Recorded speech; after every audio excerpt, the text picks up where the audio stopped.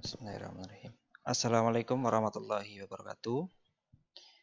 Selamat pagi anak-anak semuanya, siswa-siswi SMK Negeri 1 Banyumas, kelas 12. Spesial untuk jurusan TKJ dan Multimedia. Pada kesempatan kali ini kita akan belajar mengenai produk kreatif dan kewirausahaan, ya. Untuk KD dari produksi massal, kompetensi dasar menganalisis perencanaan produksi massal, membuat perencanaan produksi massal. Baik, anak-anak semuanya, di situasi yang seperti ini, tetap semangat, tetap belajar ya dari rumah, walaupun kondisi seperti apa tidak menghalangi kita untuk selalu belajar. Baik, kita lihat apa itu produksi massal. Jadi, produksi massal ini merupakan suatu proses produksi pada bidang yang beragam dan didistribusikan secara manufaktur. Konsep dari produksi massal ini dapat diterapkan pada berbagai jenis produk, ya. Mulai dari cairan, partikel, kemudian ditangani secara besar. Contohnya misalkan makanan, kemudian bahan bakar, bahan kimia, dan mineral. Sampai bagian padat yang terkecil, kemudian perakitan-perakitan kecil seperti peralatan rumah tangga, mobil, ya. Kemudian metode yang paling umum diterapkan di dalam produksi massal ini adanya suatu produk-produk perangkat keras, ya, atau perangkat lunak, kemudian multimedia. Ini dapat diproduksi dalam jumlah banyak dan dalam waktu relatif cepat. Namun, produksi massal ini harus direncanakan dengan matang. Kenapa? Karena hal ini dikarenakan proses dari produksi massal sendiri merupakan suatu produksi yang berkesinambungan. Terdapat kesalahan dalam satu tahap produksi massal, maka tahap lain akan ikut terkena imbasnya. Ya, ini contohnya. Kita lihat yang pertama adalah aspek produksi. Aspek produksi ini kita lihat bahwa merupakan aspek yang dapat menjangkau dari berbagai macam area ilmu, ya. Namun di sini membedakan produksi massal dengan produksi kerajinan atau industri rumahan. Aspek-aspek di dalam produksi massal ini seperti produksi standarisasi ukuran, kemudian telah lama atau bahkan sebelum adanya revolusi industri. Ya. Ingat saat ini kita sudah masuk di eranya revolusi industri 4.0. Ya. Jadi segala sesuatunya sudah mengaplikasikan, mengimplementasikan dengan adanya internet, kemudian kecerdasan buatan, Internet of Things, ya. Jadi sangat banyak sekali. Kita lihat aspek yang berikutnya di sini adalah yang pertama adalah untuk proses produksi. Proses produksi ini kita lihat adalah sebuah kegiatan untuk menciptakan atau menambah kegunaan dari suatu barang atau jasa.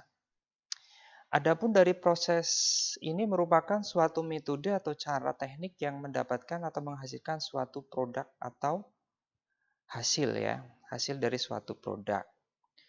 Kemudian apa tujuannya? Tujuannya di sini yang pertama adalah memenuhi dari kebutuhan manusia, ya. Yang kedua memperoleh keuntungan atau laba. Kemudian yang ketiga adalah menjaga kelangsungan hidup bersama, ya. Dan yang keempat meningkatkan mutu dan jumlah produksi.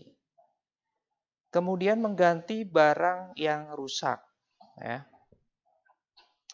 Selain itu juga di sini di dalam jenis proses produksi yang berdasarkan dari jenis ini dapat dibedakan menjadi beberapa bagian, ya. Yang pertama adalah proses produksi secara terus-menerus, ya. Di antaranya nanti adalah usaha dari tekstil, kemudian usaha kertas, usaha garmen, ya. Jadi di sini dilakukan proses produksi yang berkelanjutan, ya. Nah, ini contohnya. Di suatu kondisi ketika di satu garmen, ya, tekstil. Ciri-cirinya yang secara terus-menerus yang pertama di sini kita lihat, ya, bahwa produksi dengan jumlah yang besar dengan variasi yang kecil. Kemudian penyusunan peralatan atas dasar urutan pekerjaan dari bahan mentah menjadi produk akhir ya. Jadi kenapa kok di sini dikatakan variasi yang kecil ya? Contohnya, misalkan seragam dari garment ya, dari perusahaan tekstil ya. Di situ pasti untuk standarisasi ukuran contohnya pasti akan sama ya. Misalkan menggunakan standar dari ukuran untuk S, M, kemudian L, XL ya. Ini akan menggunakan standar yang sama ya, tidak bisa di custom. Kemudian adanya mesin bersifat khusus yang menghasilkan produk-produk tertentu ya. Pengaruh operator kecil. Kenapa? Karena di dalamnya itu sudah banyak menggunakan teknologi atau mesin ya. Tidak membutuhkan banyak karyawan ya. Terus adanya kemacetan pada suatu kegiatan ini akan mengakibatkan dari kemacetan pada bagian lainnya. Kenapa? Karena di dalam proses produksi di situ akan dilakukan perbagian ya. Contohnya misalkan di dalam produksi film animasi ya. Film animasi ini nanti ada bagian untuk menggambar sketsa, kemudian ada juga bagian yang coloring ya. Jadi ketika coloring ini dia tidak akan bekerja sebelum adanya suatu sketsa ya, atau adanya suatu aktor ya, artisnya di dalamnya. Di situ gerakan-gerakannya akan ditunggu oleh bagian-bagian yang lain ya. Kemudian memerlukan ahli perawatan yang cukup baik. Yang terakhir adalah variasi dari produk akhir kecil ya. Kenapa? Karena di dalam produksi massal di sini adalah item-itemnya itu sama ya. Nanti yang membedakan adalah versinya atau serinya. Kita masuk ke bagian yang kedua. Di sini adanya suatu proses produksi secara terputus ya. Ciri-cirinya apa di dalam produksi secara terputus? Yang pertama, adanya menghasilkan produk yang lebih kecil dengan variasi yang banyak. Kemudian produksi berdasarkan pesanan, ya. Jadi secara terputus di sini suatu perusahaan di situ tidak akan memproduksi secara terus-menerus, ya. Kenapa? Karena dasarnya adalah pesanan. Jadi kalau tidak ada pesanan, maka di situ produksinya standar ya atau mungkin tidak berproduksi. Karena di sini adalah kategori dari produksi secara terputus ya, kecuali tadi yang pertama ya, produksi massal. Jadi kalau stoknya udah banyak tetap saja dia produksi ya. Kenapa? Karena memang kebutuhan pangsa pasarnya itu luas dan banyak ya. Kemudian yang ketiga di sini adanya penyusunan fasilitas produksi berdasarkan dari fungsinya ya. Kemudian mesin bersifat general purpose machine ya, atau bisa dikatakan mesin ini bersifat umum ya atau serbaguna. Terus adanya pengaruh karyawan yang besar. Apabila terjadi kemacetan pada suatu bagian, maka hal ini tidak akan berimbas pada bagian yang lain ya.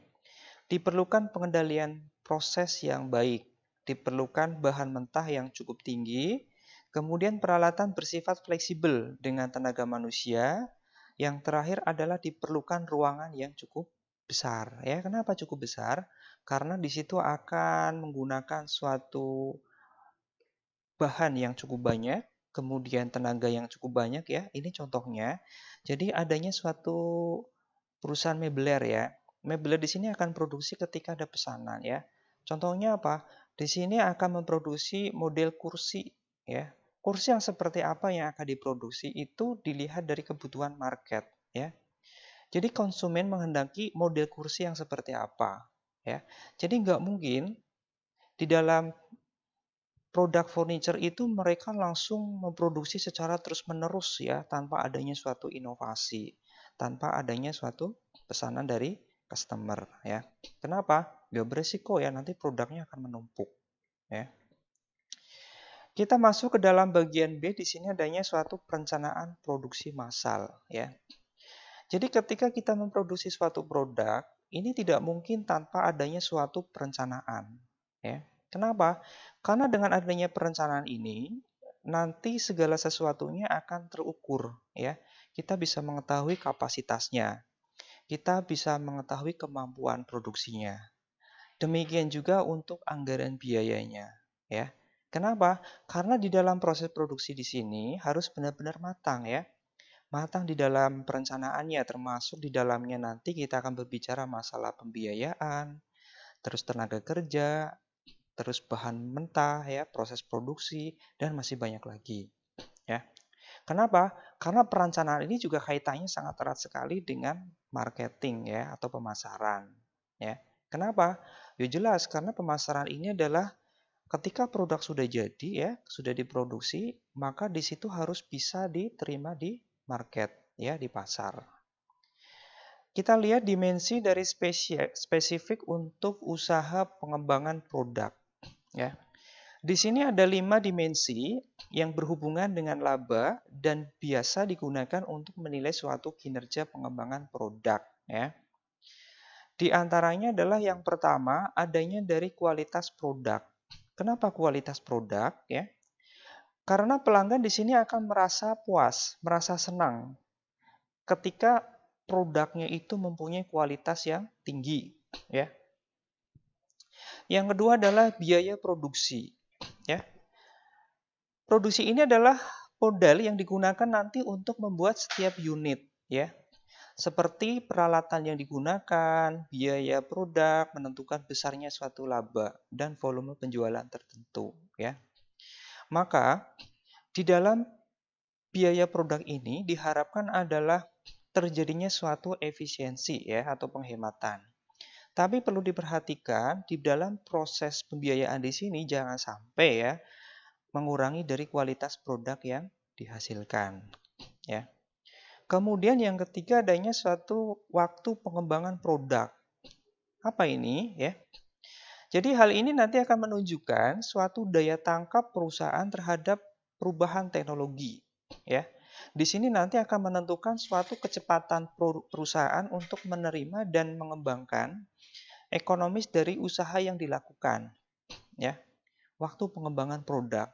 Jadi ketika kita menciptakan suatu inovasi produk itu sebenarnya butuh berapa lama? Ya, 1 bulan, 2 bulan, 1 tahun, 2 tahun, ya. Ini butuh, ya. Kenapa?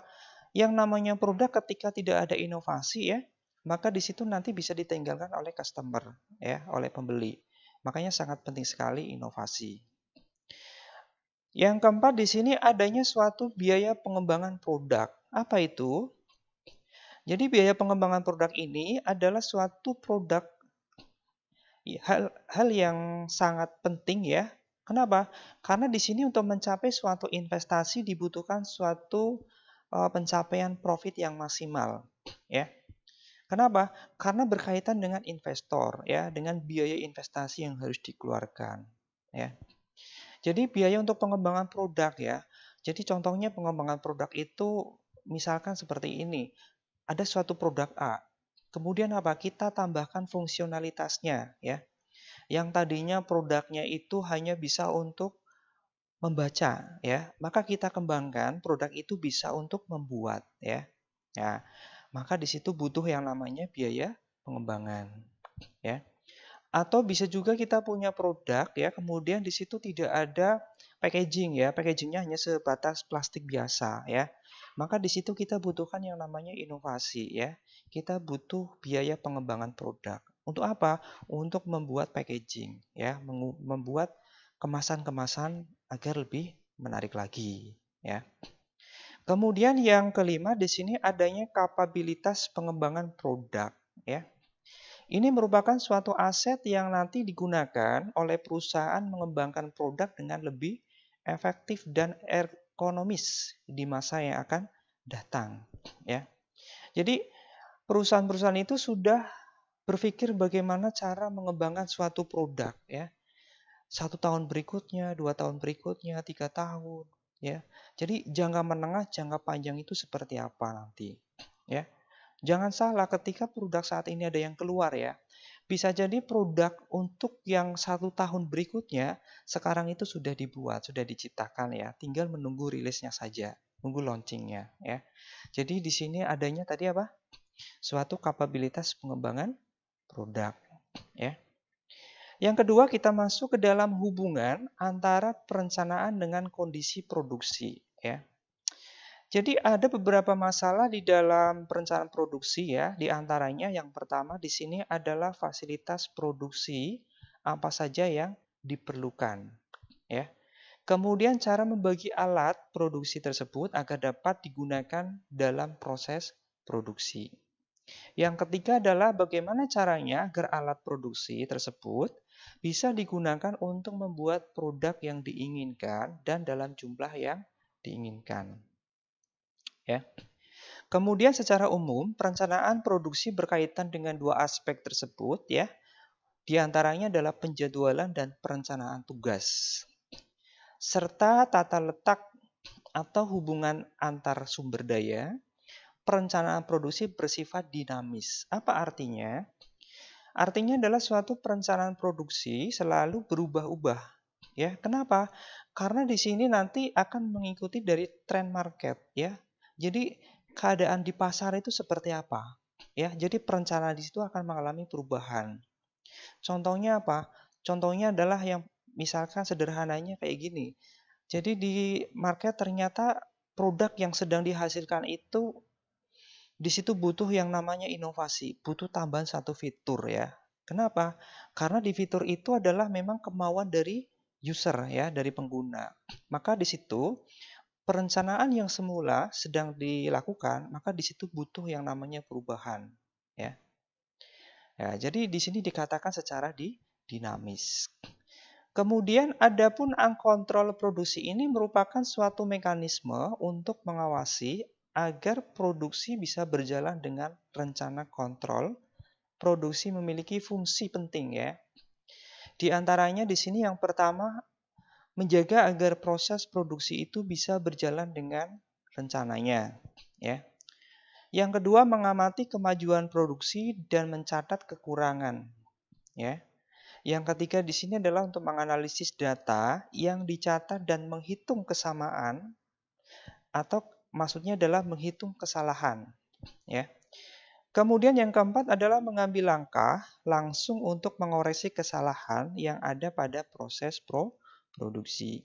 Yang terakhir adalah meneruskan laporan kontrol produksi kepada bagian perencanaan untuk tindak lanjut, ya.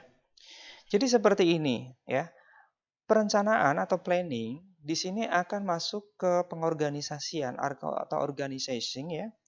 Selanjutnya akan masuk ke kepemimpinan atau leading ya. Dan yang terakhir adalah pengendalian ya atau controlling ya. Bisa dipahami ya sampai sejauh ini ya. Ya. Ya. Kemudian kita lihat yang ketiga adalah fase dalam perencanaan produk. Apa itu?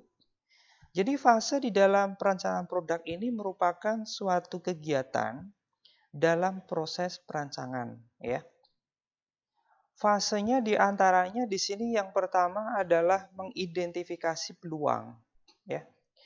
Apa itu mengidentifikasi peluang? Ya, langkah yang pertama di sini kita lihat ya, yang di dalamnya adalah kita menentukan produk baru, ya.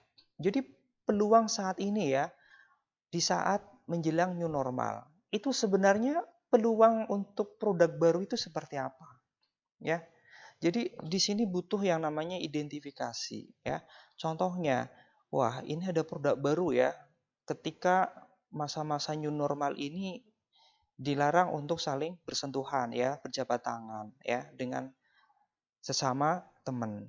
Ya, sehingga apa? Di sini memunculkan suatu produk ya, produk baru. Adanya suatu peluang apa itu? Nah, contohnya adalah suatu alat yang bisa digunakan untuk membuka pintu ya. Kemudian apalagi untuk mengambil barang ya. Ini kan apa? Muncullah sebuah peluang ya, menghasilkan produk baru ya. Wah, saat ini banyak sekali ya di pasaran ya.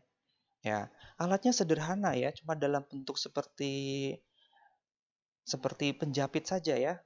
Nah, kemudian yang kedua adanya suatu turunan dari produk yang sudah ada ya. Nah, turunannya apa? Contohnya yang produk yang tadi ya, itu adalah kategori dari gantungan kunci ya. Maka gantungan kunci di situ dimodifikasi ya.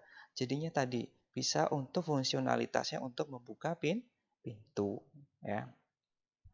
Yang ketiga perbaikan produk yang sudah ada ya. wah ini produknya, contohnya ya, misalkan produk yang sudah ada adalah untuk cetak muk ya. Ini cetaknya biasa saja, ini hanya nama, hanya tulisan ya. Nah, di sini kita modifikasi, kita cetak dalam bentuk foto ya, ada foto di dalamnya. Ya. Kemudian produk yang pada dasarnya baru ya. Kalau memang belum ada ya kita identifikasi. Oh, di sini ternyata menghasilkan produk baru ya. Kemudian di tester ya, dijual di market. Apakah respon pasar begitu antusias ya untuk produk yang baru tersebut? Kemudian identifikasi peluang ini caranya bagaimana?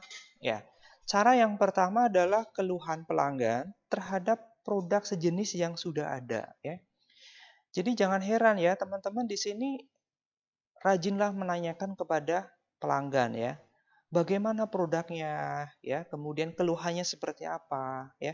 Kenapa? Karena hal ini adalah untuk menggali peluang ya. Oh, ternyata produk yang sudah ada, produk yang sudah dijual itu punya kelemahan seperti ini. Sehingga apa? Kita butuh yang namanya inovasi ya. Yang kedua, analisis keunggulan dan kelemahan produk pesaing ya. Jadi kita harus tahu kompetitornya. Kita punya produk A, kita lihat kompetitornya produknya seperti apa ya.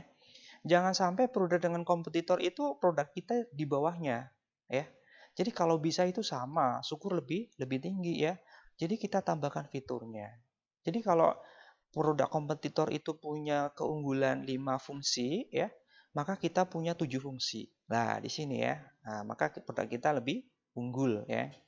Kemudian usulan pelanggan yang dikumpulkan secara otomatis ya, usulan pelanggan ya.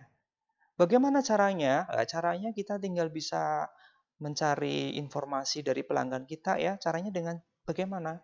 Contohnya dengan survei ya. Survei saat ini tidak harus datangi langsung kemudian menanyakan secara langsung, tapi apa? Kita bisa menggunakan fasilitas dari internet ya. Kemudian adanya kecenderungan dalam gaya hidup, demografi dan teknologi ya. Ini sangat penting sekali. Kenapa?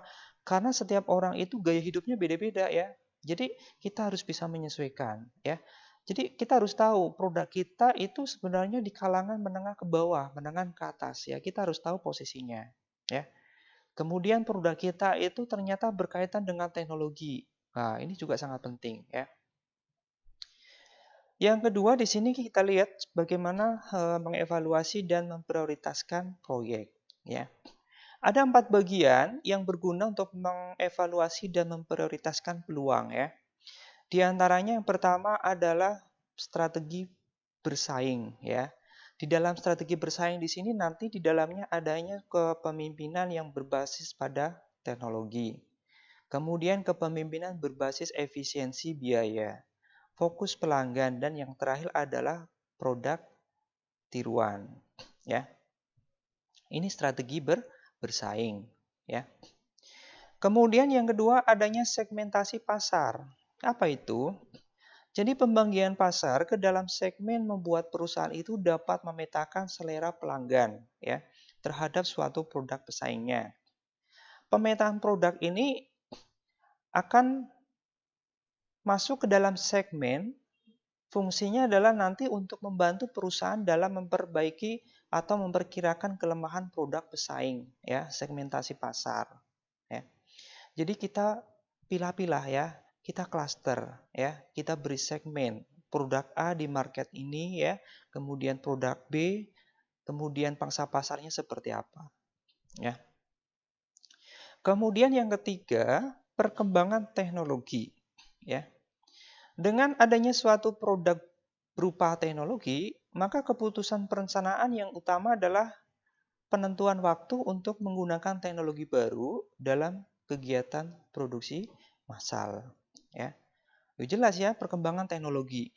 Jadi contohnya di dalam produksi membuat produk ya, maka kita butuh yang namanya teknologi baru ya. Ketika dulu teknologinya seperti itu, sekarang ternyata sudah lebih canggih lagi ya. Dengan adanya teknologi baru, maka diharapkan di situ produk yang dihasilkan akan lebih berkualitas, akan lebih banyak ya kemampuannya. Kemudian yang keempat, perencanaan platform produk. Ya, platform produk ini akan menjadi dasar di dalam pembuatan sebuah produk turunan yang nanti diharapkan mampu memenuhi dari selera pasar, ya. Keputusan mengenai platform produk ini berkaitan erat dengan usaha pengembangan produk serta implementasi teknologi di dalam membuat suatu produk, ya. Kita harus tahu peta jalur teknologi, ya. Ini adalah suatu cara untuk menunjukkan perkiraan penggunaan teknologi di masa depan dan teknologi yang tepat digunakan untuk pasar, ya. Yang kelima di sini adalah evaluasi peluang produk baru, ya. Jadi ketika kita menciptakan suatu produk, maka dibutuhkan yang namanya evaluasi. Apa fungsinya, ya? Aspek-aspek di dalamnya seperti apa? Kita lihat yang pertama adalah ukuran pasar, ya. Ini nanti berkaitan kapasitas pasar kita, ya. Jadi kita bisa menggunakan rentang waktu, ya. Bisa menggunakan 1 bulan, 1 tahun, ya. Ya. Kemudian tingkat pertumbuhan pasar berapa persen per tahun, ya. Contohnya pemasaran secara online, ya. Di situ tingkat pertumbuhan di tahun ini mencapai 13%, ya. Nah, ini kita harus tahu, ya. Produk kita kemudian sebenarnya pasarnya itu di mana, ya. Yang ketiga adalah intensitas persaingan. Ini berkaitan dengan jumlah pesaing dan kekuatannya, ya. Jadi kita harus tahu nih lawan kita itu siapa, kapasitasnya seperti apa, ya. Kemudian pengetahuan perusahaan mengenai pasar, ya. Pasar secara konvensional, kemudian pasar secara online, ya. Kemudian pangsa pasar misalkan di kategori remaja, ya, kemudian di orang tua, ya, masyarakat umum, ya. Kita harus paham. Kemudian pengetahuan perusahaan mengenai teknologi, ya. Teknologi di dalam proses produksi, teknologi untuk marketing, penjualan, ya. Terus kesesuaian dengan produk perusahaan lain, ya. Jadi dengan adanya produk yang serupa dari kompetitor, maka di sini akan menimbulkan pasar itu tidak terjadi monopoli, ya. Kenapa? Karena di situ produknya itu banyak variannya, ya. Sehingga apa? Di pasaran nanti pembeli itu akan lebih mudah untuk mendapatkan produk sehingga tidak bisa dimonopoli, ya. Kemudian kesesuaian dengan kemampuan perusahaan. Nah, ini adalah tahapan evaluasi. Yang keenam kita lihat bagaimana cara kita menyimbangkan portofolio proyek pengembangan, ya. Di sini akan melibatkan suatu pemetaan portofolio dengan dimensi yang berguna, ya. Sehingga di sini manajer akan mempertimbangkan dampak atas keputusan perencanaan produk, ya. Nah, di sini pendekatan pemetaan yang dikemukakan oleh Cooper et al. Ya pada tahun 98. Kemudian di sini akan melibatkan dimensi seperti resiko teknis, pengembangan finansial, dan daya tarik pasar dan sebagainya. Ya. Kita lanjut yang berikutnya di dalam pengalokasian sumber daya dan perencanaan waktu. Ya. Ada aspek pengalokasian sumber daya dan perencanaan waktu di sini ya menjadi beberapa bagian. Yang pertama adalah pengelolaan sumber daya, ya. Yang kedua penentuan waktu proyek, ya. Jadi kalau kita berbicara sumber daya, di sini nanti bisa berkaitan dengan tenaga kerja, dengan sumber daya manusia, ya, dengan peralatan, kemudian dengan bahan baku, dengan market, ya. Yang kedua di dalam penentuan waktu proyek, ya, ada beberapa tahapan yang teman-teman pahami ya. Yang pertama adalah penentuan waktu pengenalan produk, ya, penentuan waktu. Jadi kapan ini waktu kita kenalkan kepada market, ya? Kita buat tester dulu contohnya, ya. Kita buat seri beta, ya. Kemudian kesiapan teknologi. Teknologinya bagaimana? Sudah siap atau belum, ya? Terus kesiapan pasar, ya. Jadi pasarnya itu sudah bisa menerima dengan produk yang kita buat atau belum, ya. Kita harus tahu caranya bagaimana. Kita tester market, ya. Caranya bagaimana? Kita jual secara periodik, ya. Kemudian apa? Kita bagi-bagi giveaway ya di market-market tertentu. Jadi kita lihat responnya seperti apa. Kemudian persaingan di dalam proses penawaran produk ya. Nah, ini di dalam penawaran produk nanti berkaitan dengan iklan, media promosi ya. Bagaimana cara kita mempromosikan ya. Kemudian penyelesaian perencanaan proyek pendahuluan ya. Nah, di sini berkaitan dengan suatu visi produk, maka di sini akan memakai bahasa yang memiliki makna umum ya. Akan memberikan detail jelas suatu visi. Maka tim inti harus mampu membuat sebuah pertanyaan, misi, asumsi serta sebagainya ya. Nah, contoh yang pertama, kita lihat pernyataan misi ya. Uraikan ringkas pada produk. Produk ringkas mencakup manfaat produk utama untuk pelanggan umum. Ya. Hal ini nanti akan menghindari penggunaan konsep produk secara spesifik. Ya. Jadi maksudnya apa? Jadi uraian ringkas pada suatu produk. Ya. Ini harus jelas ya. Jadi misalkan ada produk A ya, maka di situ ada uraian ringkasnya. Produk ini fungsinya ini, kegunaannya ini, manfaatnya seperti ini, komposisinya seperti ini ya. Jadi harus tahu. Kemudian sasaran utama bisnis ini nanti akan mencakup dari waktu, biaya dan kualitas ya. Jadi berapa waktu yang dibutuhkan untuk proses produksi ya. Jadi misalkan teman-teman di situ memproduksi sablon kaos ya. Jadi perkiraan produksi itu berapa lama ya? Produksinya nanti berkaitan apa saja ya? Berkaitan yang pertama dengan bahan baku ya, kita harus cari kaosnya dulu ya. Kemudian kita harus bahan baku untuk sablon ya, untuk desain sampai dengan memproduksi ya. Yang ketiga, pangsa pasar. Ini merupakan identifikasi pasar utama dan pasar kedua ya. Selanjutnya asumsi dan batasan ya. Ini adalah materi yang terakhir untuk hari ini ya. Kita lihat pertimbangan kemampuan, kapasitas dan batasan operasional manufaktur ya. Yang pertama adalah pelayanan, yang kedua lingkungan ya.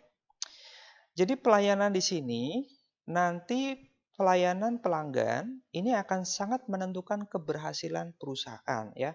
Jadi kita harus bisa memberikan excellent service ya. Ada customer kita memberikan service yang maksimal ya.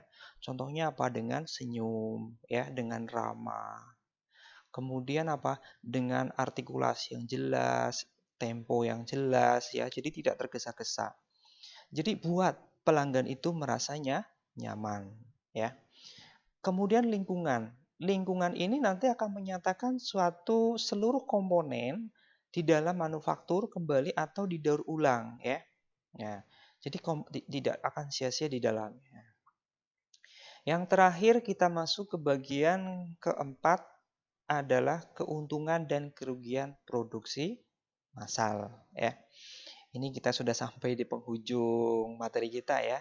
Kita lihat keuntungannya apa. Jadi produksi massal di sini mempunyai keuntungan yang pertama adanya akurasi dan otomatis tinggi ya. Kenapa?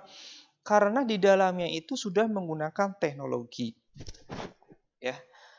Kemudian banyak menggunakan robot ya, mesin-mesin yang canggih ya.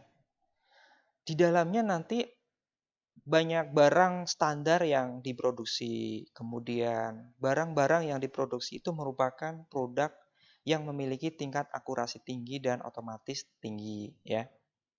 Yang kedua adalah kurang biaya tenaga kerja. Kenapa? Karena di dalam proses produksi massal ya, itu hampir semuanya itu menggunakan teknologi, menggunakan mesin ya. Jadi tenaga kerja di situ banyak yang dikurangi ya. Contoh sederhana saja ya sekarang. Yang namanya parkir ya, kita mau parkir kendaraan. Ada yang jaga nggak di situ? Tidak ada kan? Ya, semuanya by mesin ya. Pengunjung masuk tinggal buka, ambil tiket ya. Nah, di situ pengurangan tenaga lagi ya. Kemudian yang ketiga, tingkat produksi cepat ya. Oh ya jelas cepat ya. Kenapa? Ya, karena teknologinya maju ya. Kemudian sedikitnya pengeluaran per unit ya, terjadinya efisiensi ya. Jadi penghematan biaya. Kemudian kita lihat tadi keuntungan ya, sekarang apa kerugiannya ya. Jadi kerugiannya juga ada ya di dalam proses produksi massal. Kita lihat. Kerugian yang pertama, sumber daya yang terbuang. Apa maksudnya? Jadi suatu kerugian atau masalah yang cukup serius bagi suatu perusahaan ya. Tidak selamanya yang namanya mesin itu digunakan berjalan lancar tanpa kendala ya. Bisa jadi dalam sekian periode mesinnya mengalami kerusakan ya. Nah, kerusakan di situ butuh biaya ya untuk perbaikan. Nilainya cukup besar ya. Kemudian tidak ada jaminan ya. Maksudnya apa? Jadi barang yang diproduksi secara massal ini memiliki jaminan ketika dipasarkan akan menjadi produk laris di konsumen ya. Kita belum tahu ya. Ada jaminannya enggak ya? Ya. Apabila barang yang telah diproduksi itu ternyata bukan barang yang digemari oleh konsumen, ya jelas nanti produknya menumpuk ya, menumpuk di gudang ya, tidak laku. Kemudian lebih banyak untuk bebahan ya, untuk bahan. Maksudnya apa ya? Jadi di sini nanti membutuhkan penggunaan alat mesin otomatis, butuh banyak yang namanya investasi, butuh biaya yang cukup besar ya. Selain itu juga bahan baku yang cukup banyak. Kenapa? Contohnya misalkan menggunakan mesin di situ ada presisi ya, harus dibuang sekian sekian sekian lah. Nah, di situ. Kemudian kurangnya beragam. Ini salah satu dari produksi massal ya. Kesamaan dari produk yang dihasilkan ya, tentunya di sini akan membuat konsumen itu merasa jenuh ya, merasa bosan produknya ya. Kenapa? Karena ketika dia menggunakan produk tersebut ternyata di luaran sana banyak sekali yang menggunakan ya. Ya, contohnya misalkan sepatu model A. Wah, sepatu seperti ini banyak sekali yang pakai ya. Nah, itu. Kenapa? Biasanya memang ada tipikal orang-orang tertentu yang menginginkan limited ya. Jadi produk-produk tertentu ya yang hanya diproduksi hanya beberapa saja ya. Oke, teman-teman semuanya, di materi KD yang pertama kita ya untuk hari ini sudah saya jelaskan tadi dari awal ya sampai yang terakhir. Mudah-mudahan nanti bisa dicerna dengan baik ya, bisa bermanfaat ya. Untuk materi berikutnya kita akan sambung minggu depan ya.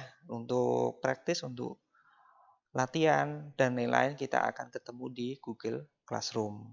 Ya, jika ada pertanyaan bisa disampaikan di kolom komentar atau ditanyakan di Google Classroom. Oke, seperti itu ya.